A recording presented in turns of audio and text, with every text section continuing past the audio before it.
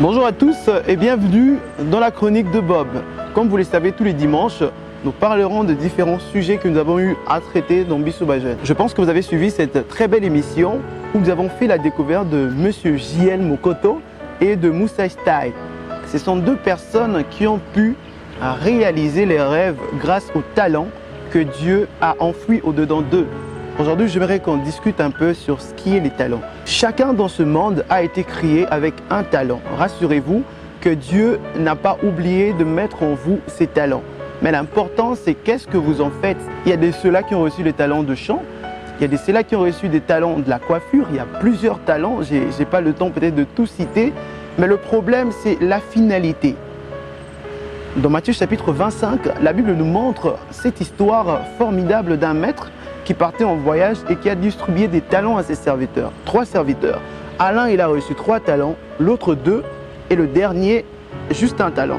Beaucoup de jours après, quand le maître est revenu, les serviteurs lui ont présenté ce qu'ils ont fait de ses talents. Le premier a fructifié ses talents et en avait 6. L'autre, avec ses 2 talents, en avait 4.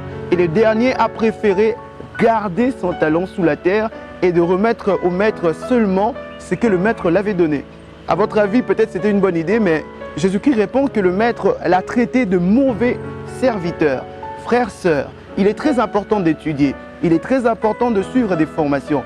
Il est très important de faire tout ce que tu veux faire, mais il ne faut jamais oublier la chose qui brûle au-delà de tout, au plus profond de vous. Car ça vient de Dieu.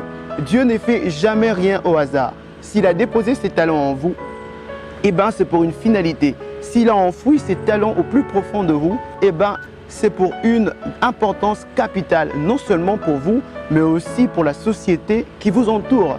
Alors, je vous conseille, je vous encourage d'enlever la peur et de mettre en pratique ce que Dieu a mis au-dedans de vous. Je vous dis donc à la semaine prochaine. Moi, je suis en route pour l'église.